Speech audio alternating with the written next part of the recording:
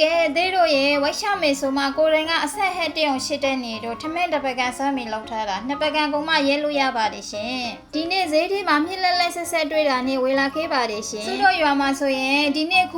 ရှေ့ငပိထောင်တစ်ခွေနဲ့တွေးစားလိုက်ရန်ကိုထမင်းစားမိန်ပါတယ်ကဲအခွန်လေးတွေလေးခွာပြီးပြီဆိုရင်ရှစ်ဖို့အတွေ့ပပလေးတွေလှီးထားလိုက်ပါမယ်လှီးထားတဲ့အပြားလေးတွေကထူထူကြီးဆိုရင်တော့စားလို့တိတ်မကောင်းဘူးပေါ့နော်ကြည့်ပါဦးမြစ်ကလက်တော့ရွာမှာအခုလက်လက်ဆက်ဆက်ခူးလာရတယ်လို့ပါပဲရှင်ရှစ်ဖို့အတွေ့ငရုတ်သီးကိုစနွှဲမှုလေးထည့်ပြီးထောင်းထားလိုက်မယ်ဒီမြစ်ကလက်လက်ဆက်ဆက်ဆိုရင်ပြုတ်เสียမလို့ပါဘူးရှင်မြစ်ရခိုင်ရှစ်ကငပိဖို့ရဲ့စားမကောင်းလို့ငပိကိုနင်းနေမမြထိထားပါတယ်ပြီးရင်စားအရှုံမှုနင်းငယ်ရဲ့ငန်းပြရဲ့စီသုံးစုံထိထားလိုက်ပါမယ်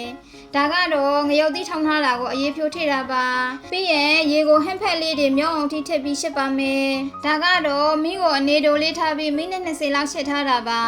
အပို့အငံမြေးကြည့်တော့နင်းနေလေးပို့နေတာနဲ့စုကငန်းပြန်ရည်လေးနင်းနေလေးထည့်ထည့်ထားပါတယ်